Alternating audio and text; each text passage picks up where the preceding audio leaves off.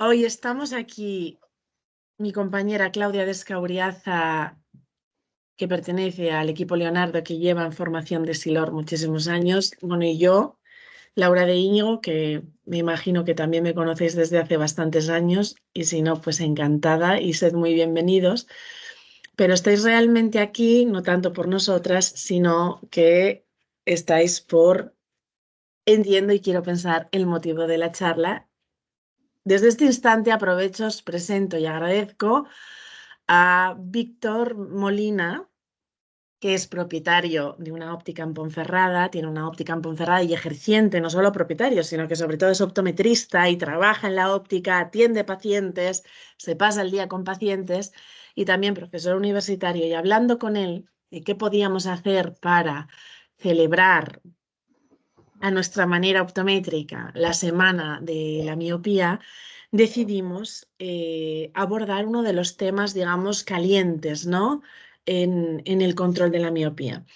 Este ámbito, la gestión y el control de la miopía, que bien sabéis, es, no sé cómo decirlo correctamente, pero al final los que lo hacemos lo estamos creando, ¿no? Porque es todo un ámbito nuevo que hace falta definir bien las pautas, donde falta todavía mucho conocimiento exacto, pero a la vez los que lo estáis practicando lo estáis generando, ¿no? Estáis construyendo el futuro.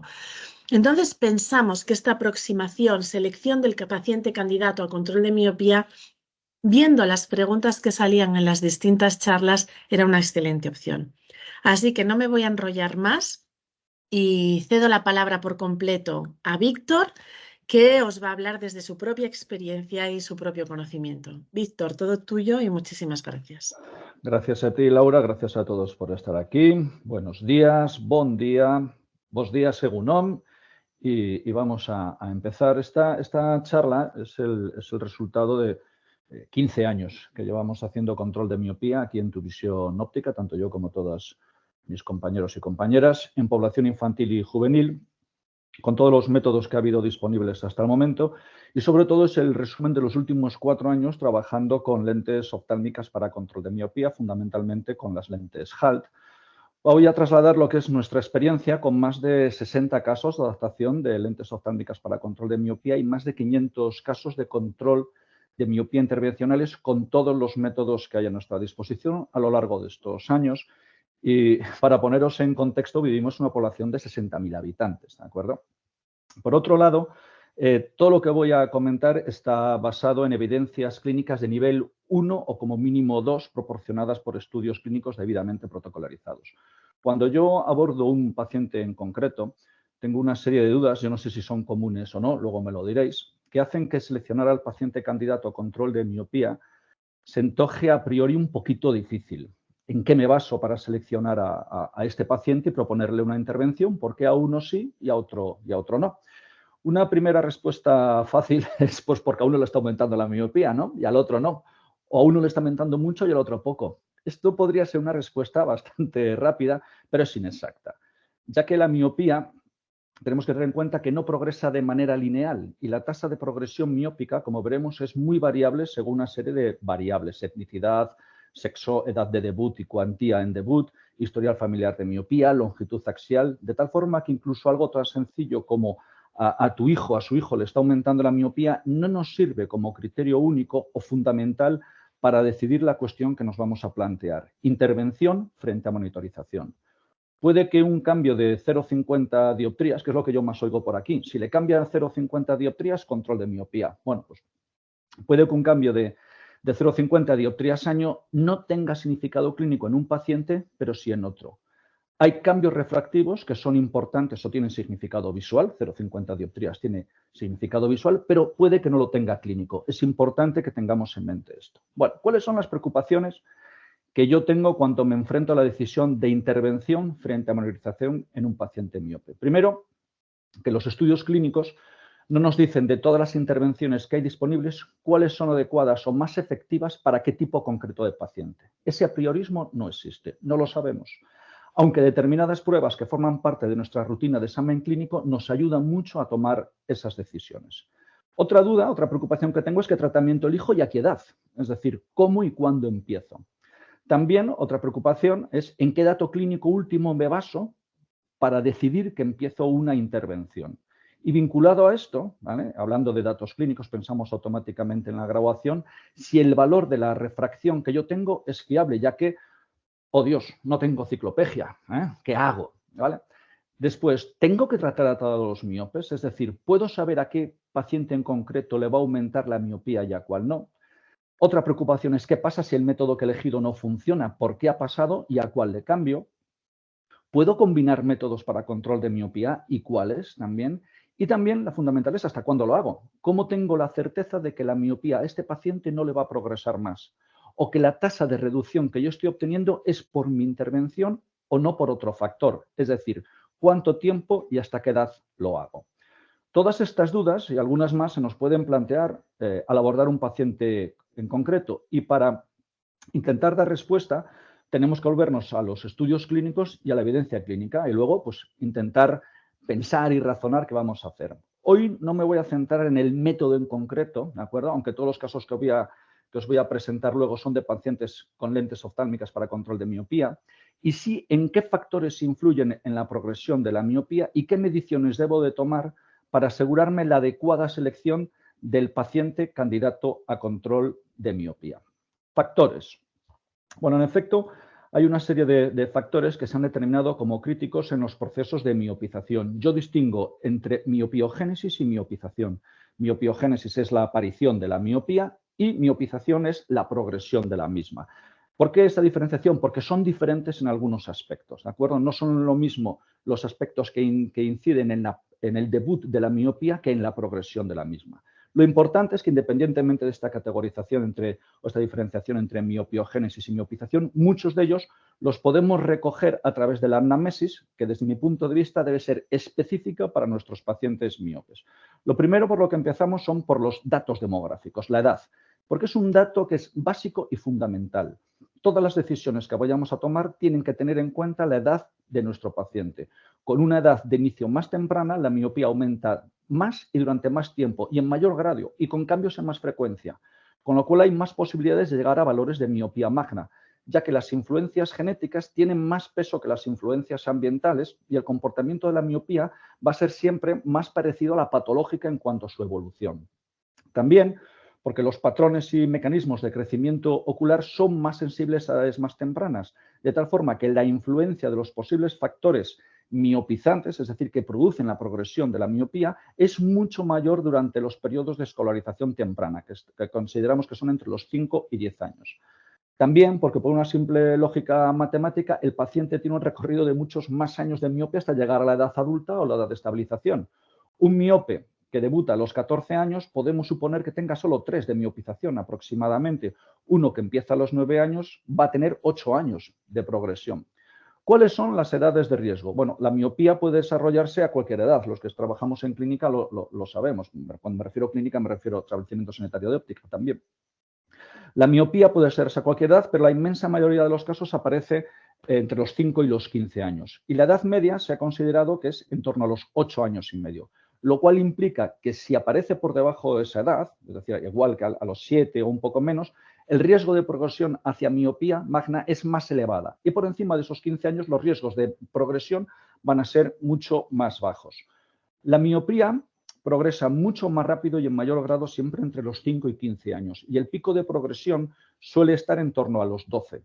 A partir de los 12 años se frena muy ligeramente, más a medida que pasa de niño a adolescente, y a partir de los 16 años suele haber cierto grado de ralentización fisiológica.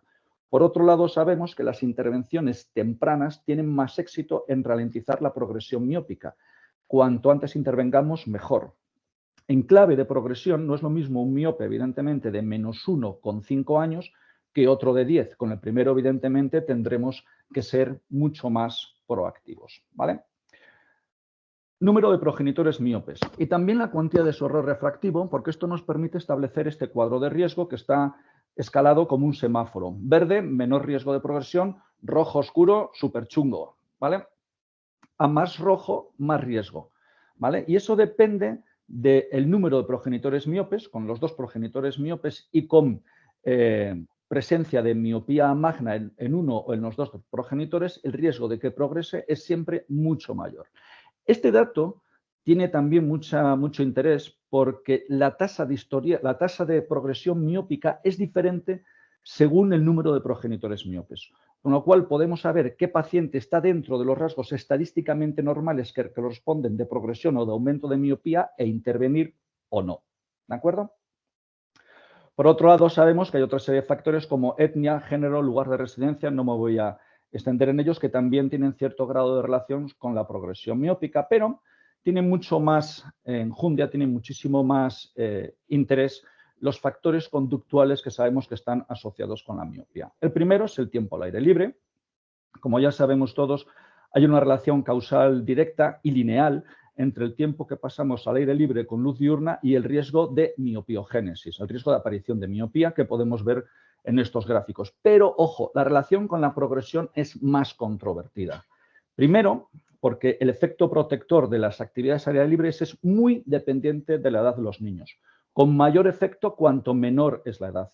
De tal forma que se ha encontrado una asociación positiva y consistente entre tiempo al aire libre y riesgo de miopía en población infantil, pero en cohortes por encima de 14 años esta conexión no sería tan robusta y mucho menor en los procesos de progresión según la edad. Ahora bien, esto no quita, por supuesto, que nosotros no dejemos de recomendar actividades al aire libre con luz diurna en clave de progresión miópica en chavales por encima de 13-14 años. Primero, porque estaréis, yo creo, todos de acuerdo conmigo, que es intrínsecamente bueno favorecer hábitos de vida saludables.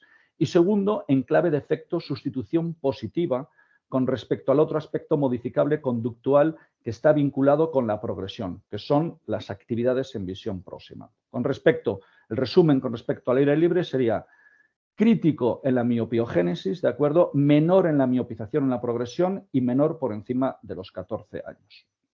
Con respecto a las actividades en visión próxima, las evidencias de los estudios clínicos nos dicen que el factor tiempo no está relacionado con la tasa de progresión miópica con el suficiente nivel de evidencia clínica. No por leer más te haces miope o más miope. Aquí tenemos que diferenciar cuando leemos estudios entre los transversales y los longitudinales. Pero bueno, la clave son los aspectos conductuales del trabajo en visión próxima. La distancia de trabajo reducida. Los estudios clínicos nos advierten sobre el umbral de 35 centímetros, por debajo del cual los riesgos aumentan significativamente, los riesgos de progresión, y la intensidad del trabajo, la ausencia de pausas, está vinculada a miopía, siendo el umbral en torno a los 30 minutos, a partir de los cuales los riesgos aumentan, ¿de acuerdo? Y aquí sí, con el tiempo continuado de trabajo, ¿de acuerdo? El tiempo solo tiene interés si se hace a una distancia reducida, ¿de acuerdo? ¿Qué quiere decir esto? Que no te haces miope o más miope, mejor dicho, por leer 4 horas seguidas haciendo pausas y una distancia adecuada, pero sí te puedes hacer mucho más miope si lees todos los días 2 horas a 30 centímetros de distancia y sin hacer pausas. Solo es crítico el factor tiempo cuando la tarea se ejerce a una distancia reducida. Y por supuesto, y como comentamos antes, con respecto a las actividades al aire libre, muy vinculado a la edad. La pregunta no es si lees mucho o si consumes muchos contenidos digitales, sino cómo lees, si te acercas y haces pausa. Y esto depende de la susceptibilidad genética individual y de la edad siempre. De tal forma que podemos resumir estos conceptos, vamos a decir, ambientales y conductuales, en este esquema. Edad temprana y hábitos y conductas miopizantes en pacientes con historial familiar de miopía de riesgo son siempre candidatos a control de miopía, incluso en debut y sin más datos. ¿Qué quiere decir esto? Que si tengo un paciente de, por ejemplo, 7 años que debuta con -1 dioptría y un progenitor miope magno que, como hemos visto, está en el rojo, ¿de acuerdo? Y que encima consuma contenidos en visión próxima muy cercano, muy metido, pues aparte de intentar modificarle estos hábitos conductuales, le voy a prescribir con toda seguridad un método de control de miopía. Pero esta paciente, si en lugar de tener 7 años, tiene 12, probablemente lo monitorice simplemente. Inicialmente, ¿cada cuánto? Cada 3 o cada 4 meses, ¿de acuerdo? Historial refractivo.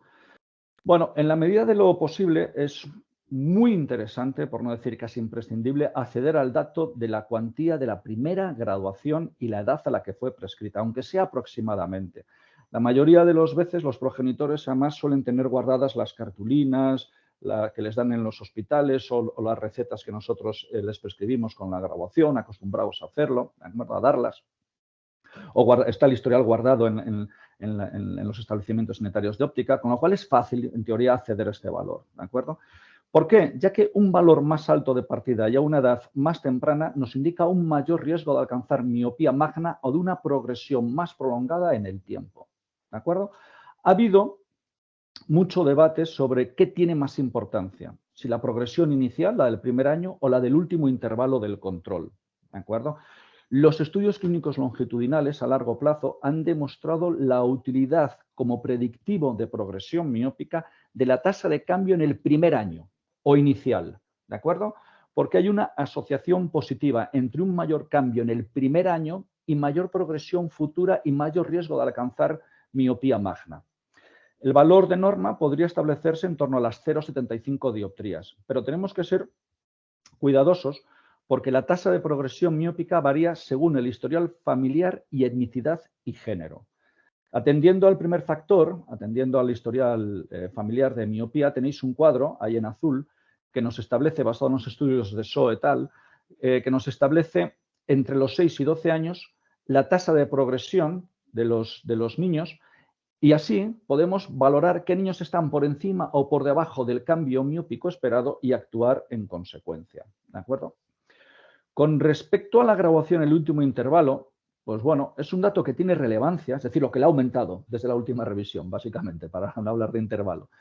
Es un dato que tiene relevancia, por supuesto, clínica y visual, pero no se ha encontrado una asociación positiva como predictor. Es decir, no nos sirve para saber qué va a pasar luego, ya que un avance o una progresión de la miopía en un momento dado no nos dice qué va a pasar luego.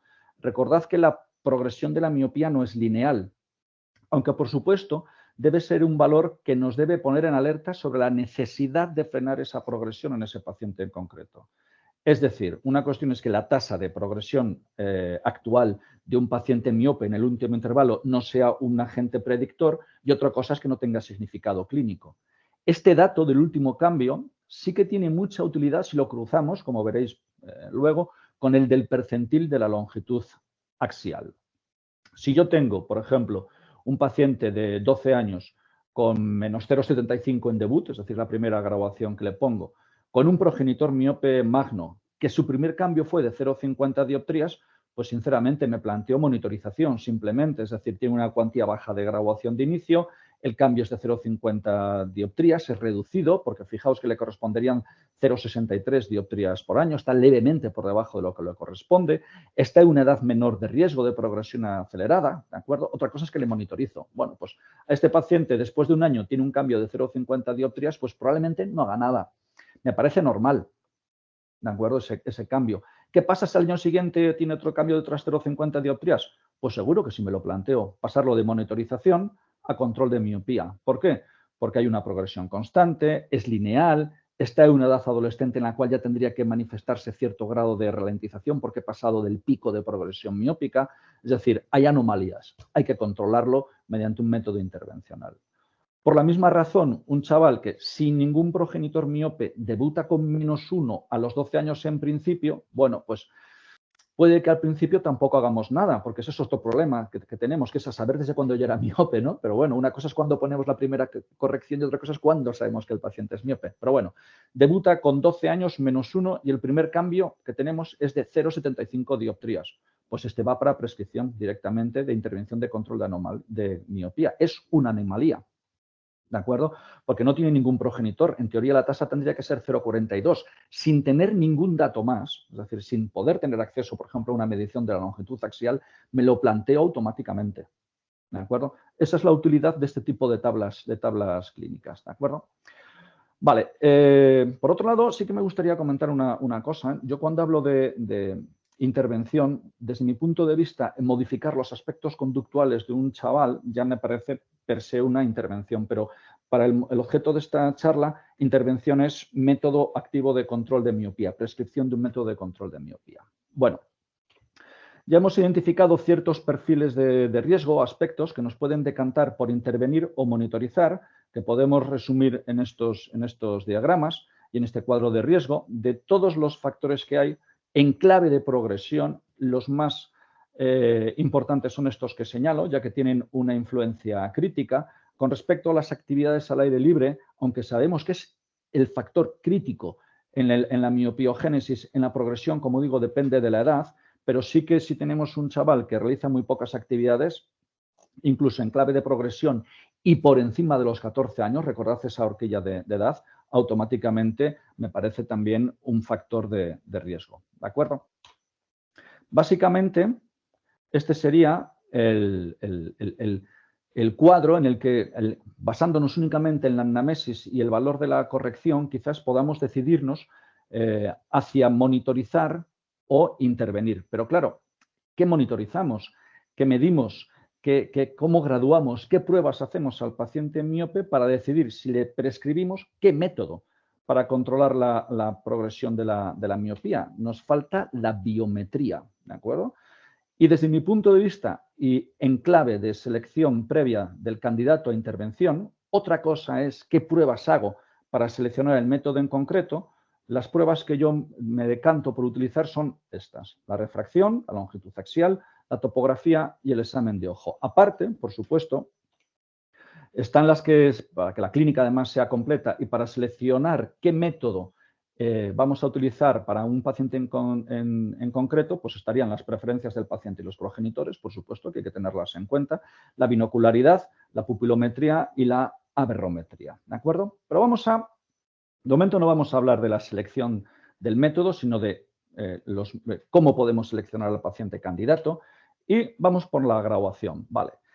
En chavales que han desarrollado miopía, la evaluación continua, desde mi punto de vista, para identificar riesgos de progresión hacia miopía magna es fundamental. En nuestro protocolo de rutina clínica, en tu visión óptica, las revisiones son en estos pacientes cada 3 meses. En algunos casos las pasamos a 4, ¿de acuerdo? Pero cada 3 meses. Diversos estudios han encontrado que el total de dioptrías que aumenta entre los 6 y los 11 años durante un periodo de 3 años es de 1 dioptría y media. Esto nos da una media de progresión anual típica de 0,50 dioptrías. Esto sin entrar en analizar las cohortes. Es decir, esto es la tasa de progresión media que se ha encontrado sin entrar en diferencias de etnicidad, género, nada. 0,50 dioptrías. De tal forma que una primera premisa es que cualquier valor que salga o exceda ese margen ya es susceptible de ser intervenido. De hecho, clínicamente, la miopía progresiva para este rango de edades se ha establecido por consenso como aquella que progresa con una cuantía de más de 0,75 dioptrías año. Y esta es obligatoriamente intervenible. ¿De acuerdo? Con lo cual, sin tener ningún tipo de dato más, esto ya me faculta a tomar una decisión clínica de control de miopía en un paciente determinado. ¿De acuerdo? Pero por otro lado, volvemos al principio de la charla, podemos pensar que un cambio de 0,50 dioptrías como norma, sin considerar otros factores, no tiene la suficiente relevancia clínica para tomar este tipo de decisiones. Hay unos estudios que me parecen muy interesantes, en los cuales se ha intentado definir, basado únicamente en la graduación a una edad dada, qué valores podrían ser predictores de miopía magna, y así también categorizarlos como intervenibles. Y son los siguientes. Bueno, el valor en dioptrías que he puesto se supone que es negativo, ¿vale? Que estamos hablando de miopía. Entonces, ¿qué quiere decir esta tabla? Que aunque yo no tenga ningún dato más, sea del tipo que sea, podría tomar una decisión clínica intervencional con sólida base clínica y científica para tratar pacientes de miopía con este dato únicamente en concreto. Y si veo que el paciente que yo estoy valorando está por encima del valor que le corresponde en dioptrías por esa edad, ¿de acuerdo? Pues evidentemente intervenir. ¿De acuerdo? Y todavía no hemos medido la longitud axial, ¿de acuerdo? Evidentemente, si está por encima del valor que le corresponde por su edad, pues muchísimo más justificado, por supuesto. Aunque, como es obvio, y como así recomiendan los propios estudios clínicos en los cuales está basada esta tabla, cuanto más datos tengamos, mejor y más acertada será nuestra intervención. ¿Qué quiere decir? Que si yo no conozco nada al chaval, no lo he visto nunca, y me viene con 8 años de edad, que sé que le tiene que corresponder una graduación, o que mejor dicho, que si tiene una graduación con 8 años de 1,75 de miopía, la probabilidad de que llegue a miopía magna es muy alta, intervengo. ¿De acuerdo? Ahora, este chaval de 8 años tiene una dioptría, igual monitorizo. Esa es la utilidad de estas tablas predictoras. ¿De acuerdo? Hay un dato que me parece muy relevante con respecto a la progresión y es que se ha encontrado que el periodo de 3 años posterior al debut de miopía, a la miopiogénesis, es crítico con respecto a la progresión. ¿Recordáis lo que comentábamos del primer cambio refractivo? ¿Vale? Ya que durante este periodo inicial, durante estos 3 años, se puede producir un crecimiento acelerado y un cambio refractivo mayor del equivalente esférico y de la longitud axial. Si bien este dato de estos 3 años iniciales es mucho más consistente para la miopiogénesis que para la miopización, que para la progresión, con lo cual tiene más importancia en clave de identificación de perfiles premiopes o de perfiles de riesgo. Así que atentos, si tenéis sospecha durante los 3 primeros años y mucho, y si veis cambios acelerados de la graduación a longitud axial, premiope. Hay un problema, claro, con la graduación, y es la fiabilidad del valor de la miopía que obtengamos en el subjetivo. Yo, sinceramente, no sé si os pasa a vosotros, yo veo bastantes pacientes miopes hipercorregidos. Se supone que el estándar de oro es la refracción bajo ciclopégia, pero nosotros no podemos hacerla, así que, ¿qué hacemos? ¿No? ¿Vale? Lo primero, a mí, personalmente, en bastantes casos, me gusta tener un valor de corte o de inicio de la graduación con ciclopégia. ¿Vale? Yo, personalmente, derivo mucho. ¿Vale? Me siento cómodo, pero no siempre es necesario, por supuesto, no tenemos por qué hacerlo en muchas ocasiones, pero ¿qué nos dicen los estudios sobre cómo graduamos este tipo de pacientes, a los pacientes miopes en evolución? Lo primero es que el valor de retinoscopía realizado por un observador experimentado tiene la suficiente fiabilidad, es decir, la suficiente sensibilidad y especificidad, en clave de control de miopía y refracción del paciente miope. ¿De acuerdo? Retinoscopía bien hecha es fiable, ¿de acuerdo? En este tipo de pacientes. Aunque la horquilla de repetibilidad está en torno a 0,40 dioptrías, casi media dioptría. ¿De qué depende? Intentad que las condiciones en las cuales hacéis la retinoscopía siempre sean lo más parecidas posibles para minimizar errores. Es decir, medid vuestra distancia de trabajo de manera adecuada, sabed cuál es la lente que tenéis que poner de retinoscopía, ¿de acuerdo? Y hacedla, ¿vale? Cuando se habla de que el error refractivo sin ciclopégia no es fiable, tenemos que pensar a qué se refiere. Y yo, el 99,9% de los casos en los cuales se hace esa comparativa en los estudios clínicos, lo que se compara es la refracción ciclopégica con autorrefractómetro versus la no ciclopégica con autorrefractómetro. Y claro, todos lo sabemos que da mucho margen de error. Es que el valor del autorrefractómetro comparado con la retinoscopía o incluso con el subjetivo, sabemos que da error, ¿de acuerdo? Siempre da valores por exceso de miopía. Aún así, el error medio, por promedio, está en torno a las 0,50 dioptrías. Pero ojo, es mayor cuanto menor es la edad del paciente. De tal forma, y en esto ya hay mucho consenso, al menos al hablar del paciente miope, la refracción bajo ciclopégia tendría mayor importancia por debajo de los 12 años. Por encima, no tanta. Y hay unos trucos que tenemos para ser más fiables. Lo primero, la retinoscopía obligatoria. ¿De acuerdo? Segundo, controlar la acomodación, la técnica de la nieblina. ¿Vale? Después, medir la postura acomodativa. Medir el lag con los cilindros cruzados fusionados o con el método estimativo monocular. ¿Por qué? Pues porque los estudios clínicos han demostrado que cuanto más bajo es el lag de un paciente, mayor diferencia habrá entre la refracción ciclopégica versus la sin ciclopégia. ¿De acuerdo? Por debajo de +1 y dependiendo de la edad, podemos tener mayor error. Es decir, a menor edad, mayor diferencia entre la graduación ciclopégica y la no ciclopégica. Y dependiendo, como digo, del valor del lag. Este resultado se ha replicado también para la longitud axial. A mayor longitud axial, menor variabilidad de la refracción, más fiabilidad de nuestra graduación. Y esto tiene su lógica. Primero, pensad que un lag bajo, la norma del lag está en torno a más 0,75 dioptrías aproximadamente, pero si yo me encuentro un paciente con un lag bajo o con un LEAZ acomodativo, está muy cercano de una condición binocular, que es el exceso acomodativo, que induce pseudomiopía en visión lejana. De tal forma que si solo le hacemos un subjetivo a un paciente que tiene un LEAZ de menos 0,25, podemos estar sobreestimando el valor del equivalente esférico miópico. De todas formas, ante la sospecha de un exceso acomodativo y según su entidad, lo normal es referir para que se haga una examen bajo ciclopégia, pero bueno, así matamos 2 pájaros de un tiro. Por otro lado, los pacientes que se ven más afectados por estas variaciones son los hipermétropes, no los miopes, ¿de acuerdo?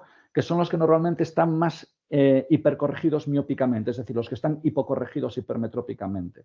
Por otro lado, fijaos que esto es muy coherente porque las longitudes axiales bajas, ¿a qué están ligadas? A hipermetropías.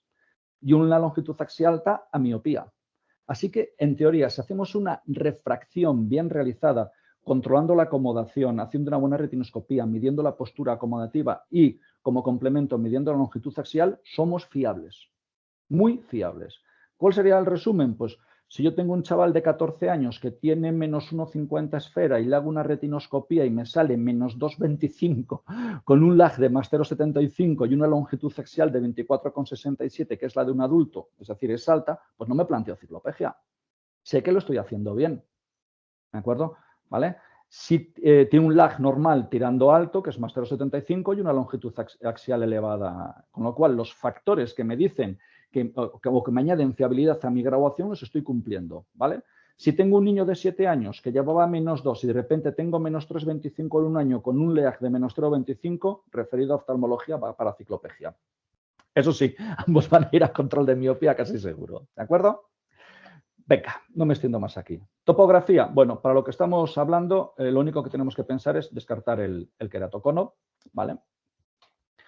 El examen de fondo de ojo, aunque aquí no hay muchos estudios que se hayan dedicado a esto, yo no he visto más que 2 o 3 y tocan el tema de manera tangencial, la valoración del fondo de ojo y los hallazgos que encontremos, pues en algún momento determinado pueden decantarnos hacia la realización de un plan de control de miopía o no. Primero, la exploración del fondo de ojo del paciente miope es obligatoria, ¿eh? ¿Vale? Sabemos que si la miopía está ligada a enfermedades oculares que tienen lugar fundamentalmente a nivel de retina y nervio óptico, pues la exploración de la retina al nervio óptico tiene que ser obligatoria, ¿no? Pero en clave de paciente miope candidato a control de miopía, pues al menos yo en mi experiencia clínica diaria, sin basarme mucho en estudios clínicos, he comprobado que la presencia de signos prematuros de alteración de fondo de ojo puede decantarme hacia la realización de un plan de control de miopía o no. Aquí os he puesto la imagen de 2 ojos, ¿de acuerdo?, de 2 pacientes con 12 años con la misma graduación, menos 1,25. Como veis, el que está a mi derecha es un fondo de ojo completamente normal y en el del ojo izquierdo se ve un patrón atigrado, con una coridiosis leve peripapilar, ¿de acuerdo? Con lo cual, aquí me decanto, ¿de acuerdo? Sin tener ningún dato más, podría pensar, tú vas para control de miopía. Uy, perdón. Con lo cual, los hallazgos de fondo de ojo en algún paciente concreto, en caso de duda, si encontramos algún signo asociado o que podemos intuir que está asociado ya a miopía magna, podemos actuar. Longitud axial. Este es el guirigay. Actualmente sabemos todos que es el estándar de monitorización y control del paciente miope, pero a mí hay una serie de cuestiones que están relacionadas con la fiabilidad de la longitud axial como herramienta clínica que me llaman mucho la atención. Primero, es que la relación entre el error refractivo y la longitud axial no es lineal ni constante durante el desarrollo, ¿de acuerdo? Y tampoco en caso de miopía y la progresión, ¿de acuerdo? También que la correlación de la longitud axial con dioptrías es más consistente a mayor edad del niño, ¿vale? A medida que la longitud axial aumenta, los cambios dioptrios inducidos son cada vez de menor cuantía, o lo que es lo mismo, a mayor graduación, menor cambio dioptrio por cada milímetro de cambio. En consecuencia, lo que se produce es que hay una reducción en la relación entre la graduación y la longitud axial, cuanto mayor es este último parámetro. ¿De acuerdo? Ahí tenéis las normas de los estudios clínicos. También es que el valor de la longitud axial, la tasa de cambio en longitud axial es diferente en miopías en evolución frente a miopías moderadas y también frente a miopías altas. En miopías bajas, un cambio en longitud axial tiene un efecto significativamente más alto en el error refractivo que el mismo cambio en una miopía alta o magna. ¿De acuerdo? Hay muchas más cuestiones, el carácter hereditario de la longitud axial o su influencia de retroalimentación con los efectos conductuales, pero bueno, hay una serie de preocupaciones sobre cómo interpretar los valores de la longitud axial en según qué pacientes, ¿de acuerdo? Pero a mí como clínico es un valor que me hace decantarme muy claramente hacia control de miopía o no, teniendo en mente la graduación y la edad del paciente y un valor que es el de los 26 milímetros, que recordad que es el que nos manda la Organización Mundial de la Salud o es el que delimita, según la Organización Mundial de la Salud, la miopía de la miopía magna. Recordad que el riesgo de enfermedad ocular está más asociado a la longitud axial que a la cuantía de las dioptrías, aunque ya sabemos que hay en teoría una relación recíproca entre ambos valores. Con lo cual, nuestro objetivo debe ser quedar siempre lo más lejos posible de ese valor de corte de 26 milímetros. Los estudios clínicos nos proporcionan datos muy valiosos. Por ejemplo, que la tasa de crecimiento normal, la media estadística, está en torno a 0,33 milímetros al año después de debut. Con lo cual, un valor por debajo nos puede llevar a monitorizar y otro más alto a intervenir.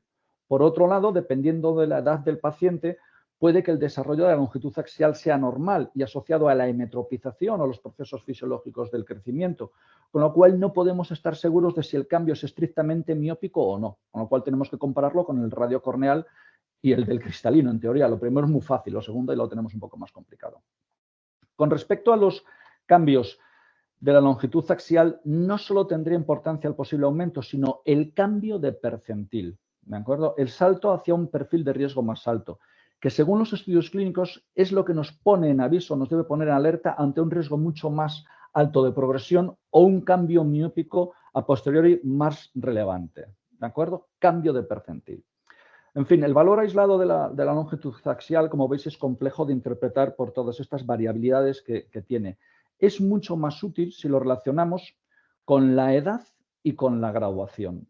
Si yo veo un paciente de -2 y 14 años que le está aumentando 0,50 dioptrías la graduación, por ejemplo, constante cada año, pero la curva de desarrollo es la que le corresponde por su percentil, como veis en estas gráficas, sigue las líneas grises o las líneas azules, pues igual no me planteo control de miopía intervencional, es decir, la edad más la graduación más un cambio leve de graduación y el percentil normal, pues simplemente lo monitorizo. Pero si ese paciente, el mismo cambio refractivo, esas 0,50 dioptrías, va asociado a un cambio de percentil, lo hago. Y se lo explico a los padres, claro, por supuesto. ¿De acuerdo? Con lo cual, ¿cuándo cambio de monitorización a progresión, por ejemplo? El uso combinado de estas curvas de longitud axial, unido al valor de la graduación y su análisis, lo que hemos hecho con estos valores que tenemos de lo que nos dan los estudios clínicos, además de la edad del paciente, yo creo que nos proporciona bases sólidas para iniciar un tratamiento intervencional de control de miopía, junto con el estudio de los datos, por supuesto, de crombográficos y ambientales, que son los que nos van a proporcionar en última instancia la facultad de tomar estas decisiones sólidas en clave de control de miopía y manejo de nuestros pacientes miopes. Si pensamos únicamente en la longitud axial, pues el resumen sería intentar quedar lo más lejos posible de los 26 milímetros, con lo cual en dos pacientes con la misma cuantía, pero que uno tenga 25,50 milímetros de longitud axial y el otro tenga 24, pues con uno seré proactivo y con el otro no.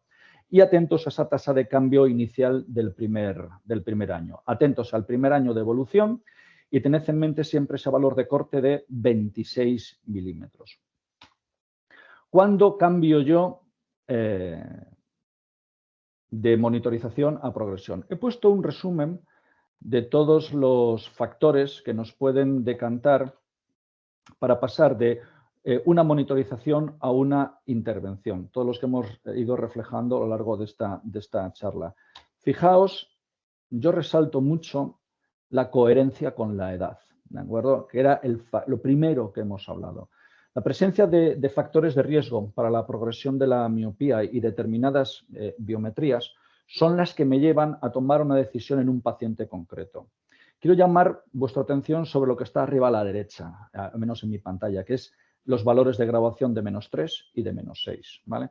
Si partimos de la base de que los riesgos para la salud ocular asociados a miopía empiezan a ser significativos a partir de -3 y que según todos los estudios clínicos mantener la graduación entre -1 y -3 reduce el riesgo de desprendimiento de retina en 3 y el riesgo de degeneración macular en 4, pues este es un valor bueno que nos proporciona una base para pensar en una intervención en un paciente que podamos inferir que puede alcanzar este primer valor de corte, estas 3 primeras dioptrías. Lo mismo con el valor de corte de 6, ¿de acuerdo? Que incluso en pacientes que tengan una edad elevada, ¿de acuerdo? Para control de miopía, 16, 17 años, me puede llevar a la monitorización porque no me interesa que llegue a este valor de corte de 6 dioptrías o este valor de corte de 26 milímetros porque sé que los problemas oculares, las enfermedades oculares están muy cercanas, ¿de acuerdo? Y hay que intervenir obligatoriamente y siempre con coherencia con la edad. ¿vale? Como veis, el área de control de miopía y la toma de decisiones clínicas asociada a ellas es bastante complejo, pues como muy bien apuntaba Laura, dada la falta de evidencias que tenemos en varios aspectos, que hace que tengamos un poco que andar pensando qué hago, qué no hago, ¿eh? Para mí es muy importante establecer un plan, primero un protocolo de monitorización y revisiones regulares de nuestros pacientes miopes. Nosotros en TuVision, como digo, lo hacemos 3-4 meses. ¿De acuerdo? Siempre, cada 3 o 4 meses. Sea monitorización o sea intervención en aquellos casos en los que vemos riesgos. ¿De acuerdo? Sobre todo, como digo, en estos casos en los que hayamos inferido riesgos de progresión hacia miopía magna, independientemente de los motivos, por edad, por longitud axial, por cambio de dioptrías. También, evidentemente, para valorar la efectividad del tratamiento que nosotros hayamos elegido y si es útil o no es útil o efectivo y cambiar de otro al combinarlo. Entonces, podemos pensar si estos criterios que yo utilizo, porque como veis he metido muchas pruebas y eso sin entrar en las pruebas para la selección del paciente miope o de qué tipo de método le vamos a poner. Si esto es muy restrictivo, y yo creo que en absoluto no es restrictivo, lo que es riguroso, ¿vale?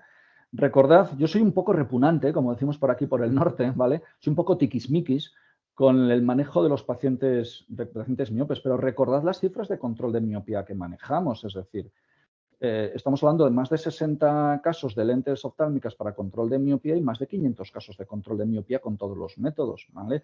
El manejo es lo que es riguroso, ¿vale? De los pacientes miopes mediante una clínica adecuada, precisa y exhaustiva. Y es, desde mi punto de vista, uno de los factores de éxito, de nuestro éxito como empresa y como clínicos a la hora de tratar la miopía, que nos ha hecho ser un centro puntero en el tratamiento de la miopía, ¿de acuerdo? Esta clínica exhaustiva, esta clínica muy seria, la perciben los pacientes, lo perciben sobre todo, hablando de población pediátrica, la perciben los padres, los progenitores, ¿de acuerdo? Y se sienten seguros al dejar la salud visual de sus hijos en nuestras manos. Y esa clínica rigurosa nos proporciona un doble éxito. Primero y fundamentalmente como profesionales sanitarios. Y segundo, que viene cogido de la mano como empresa, que es lo que somos, ¿eh? Ojo, que aquí estamos, con perdón, aunque es una sesión clínica para ganar pasta. ¿De acuerdo? Otra cosa es cómo lo hacemos. Y la honestidad clínica es muy importante en esto. Dos últimas cuestiones antes de pasar a los casos clínicos, si tenéis paciencia y me aguantáis. Una, aunque los tratamientos a nuestra disposición son eficaces, no todos los chavales responden igual a los mismos tratamientos, incluso aunque los casos sean iguales. Y los tratamientos pueden ser en algunas ocasiones ineficaces, por los motivos que sean. No creemos falsas expectativas, informemos con rigor, ¿de acuerdo? Dos, y esto es fundamental, el área, como también bien apuntado Laura al principio, el área de control de miopía está siempre en continua evaluación y es foco de atención de muchos estudios e investigaciones clínicas. Es nuestro deber, es nuestra obligación como profesionales sanitarios mantenernos permanentemente actualizados. La formación en el área de control de miopía en todas las áreas sanitarias es continua.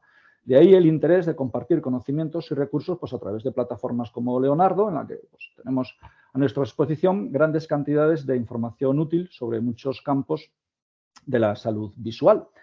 Y hasta aquí he llegado. Yo no sé si queréis que pase Laura, Claudia, hacia algunos casos o resolvemos alguna duda y luego vemos algunos casos para que veáis cómo he dado yo el salto o en qué casos he decidido actuar directamente y en cuáles no en clave de control de miopía.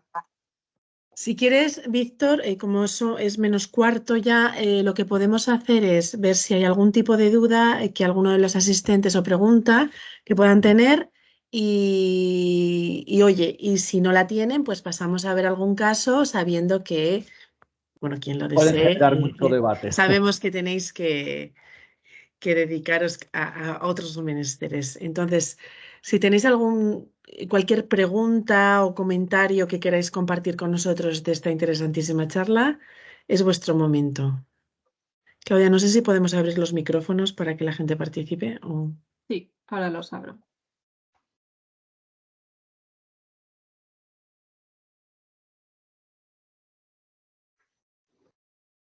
¿Hay alguna pregunta? Ya podrían abrirlo si quisiera. Vale. Hola, Araceli. No sé si puedo ver la pantalla para verlos directamente yo. Puedes abrir primero, ¿no? Bueno, Rocío, Víctor, te da la enhorabuena. Muchas gracias, Te Rocío. pregunta, ¿te basas también en la medida de la longitud axial para parar, entiendo, un tratamiento o cómo decides eso? O sea, yo creo que la pregunta de Araceli va más por cuándo paramos, ¿no? O sea, que hay grandes incógnitas en el control de la miopía. ¿Cuándo y cómo empezamos y con quién y cuándo paramos? Claro, Sí, en entiendo bien. principio el problema, o sea, la decisión de cuándo parar la tomo fundamentalmente basado en la edad. ¿De acuerdo? Es decir, todos los estudios clínicos nos avisan o nos dicen que normalmente a partir de los 17, 18 años hay una estabilización fisiológica, sobre todo a partir de los 10 años ya hay una estabilización fisiológica de la progresión miópica,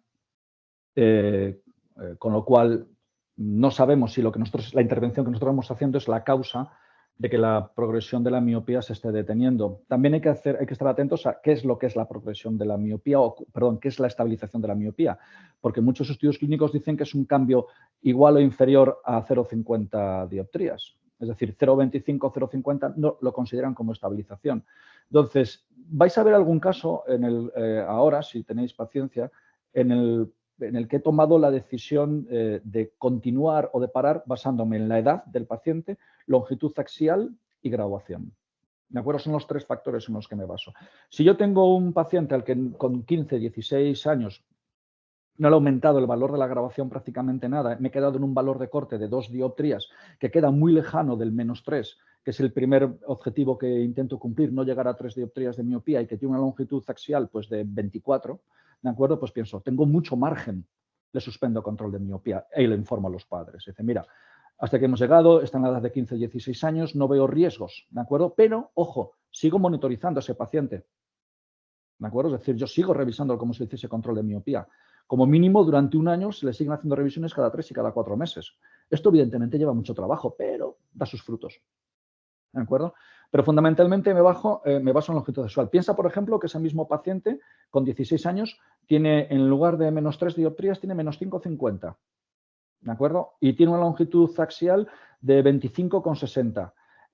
Estamos hablando de 26 muy cercano a 26 milímetros y muy cercano a -6. Igual me lo planteo durante más tiempo. Igual no, fijo. Porque no quiero bajo ningún concepto llegar a 6 dioptrías. Y no quiero bajo ningún concepto llegar a 26.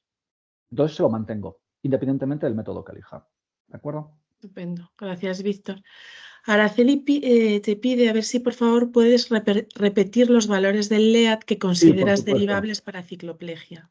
Los estudios clínicos nos dicen que a valores de +0,75 o +1, es decir, LAC de +0,75 o +1 debidamente medidos, son fiables. Con lo cual, valores por debajo, sobre todo si son un LEAD, es decir, un neutro o un -0,25, y dependiendo de la edad,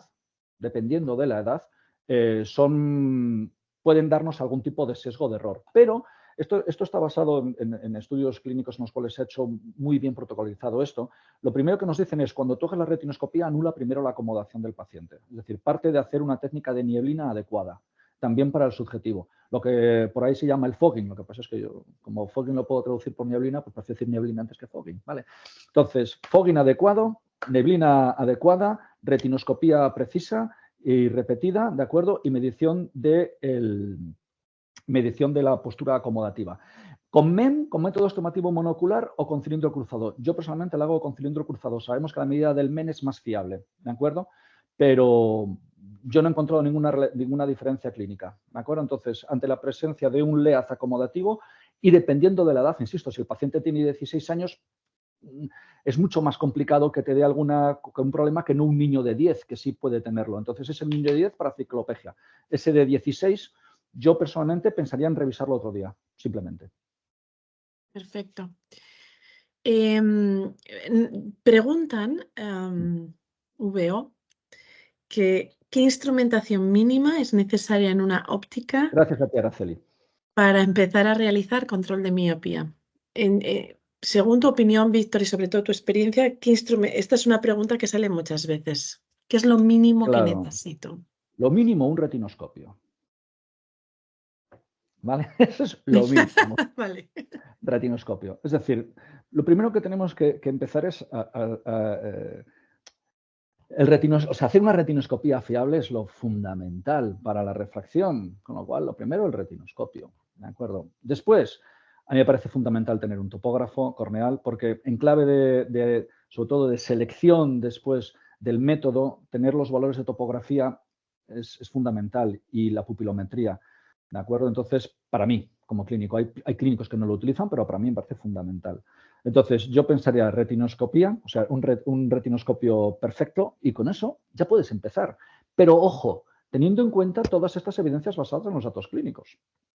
¿De acuerdo? Es decir, hay que estudiar todos los estudios clínicos, tener una sólida base para decir, con la retinoscopía, como soy fiable y sé esto, puedo empezar. Pero, desde mi punto de vista, lo ideal es retinoscopía, topografía y medición de la longitud axial. O sea, un biómetro. ¿De acuerdo? De acuerdo. Pues no parece haber más preguntas en el chat.